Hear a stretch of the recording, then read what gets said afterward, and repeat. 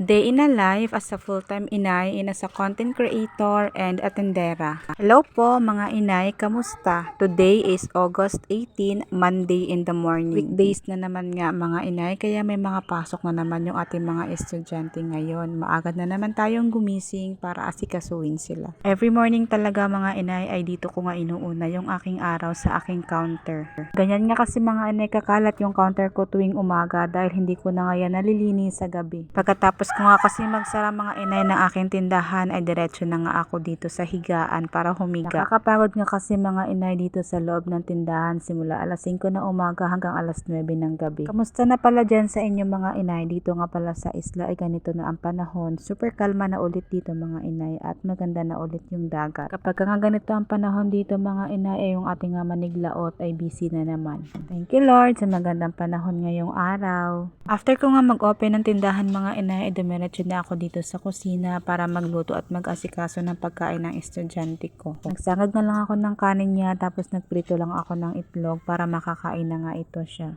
Tulog pa dito yung estudyante ko mga inay nung nagluluto ako ng kanyang pagkain tapos nung nakasandok na nga ay ginising ko na siya para kumain na nga.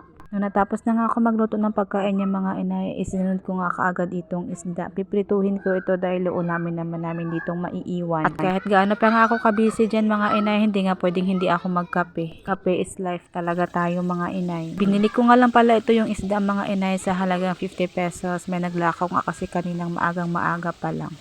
Ilang piraso lang yan ang piniprito ko dyan mga inay pero sobrang tagal ko nga natapos dahil marami nga bumibili sa tindahan. Takbo dito, takbo doon nga ang ganap ko dyan mga inay. Pero wala tayong choice, kailangan natin mag-multitasking dahil yun ang ginusto natin. Maiba nga tayo mga inay, meron ako nakikitang mga post na meron daw bagong update sa Meta regarding sa content monetization requirements. At kasama na doon sa requirements niya ang 60k minutes view and 5,000 followers. Itong requirements na ito ay para lang doon sa mga hindi pa invited sa content monetization tools. Itong requirements na ito mga inay, sim lang ito noon dati sa in-stream ads. Pero sa tingin ko ay mas madali mo nga lang maipon yung 60k minutes views ngayon sa requirement ng content monetization. Kasi dati sa in-stream ads mga inay ay binibilang lang yung views doon sa long form video mo. Pero dito sa content monetization tools, feeling ko nga ay mas mabilis lang makaipon ng 60k minutes views kasi kasama dito yung views ng photos, reels, at saka yung long form video. Unlike before kasi sa in-stream ads lang or sa long form video lang talaga kumukuha ng views para maging counted siya doon sa 60k minutes views. Naalala ko pa nga dati mga ina, yung mga kasabayan kong content creator ay grabe talaga sila mag-live. Malakas kasi makahatak ng 60k minutes views yung live. Lalo na nga kung marami kang viewers. Kaya sa mga hindi pa nga invited dyan sa content monetization tools, post lang kayo ng post.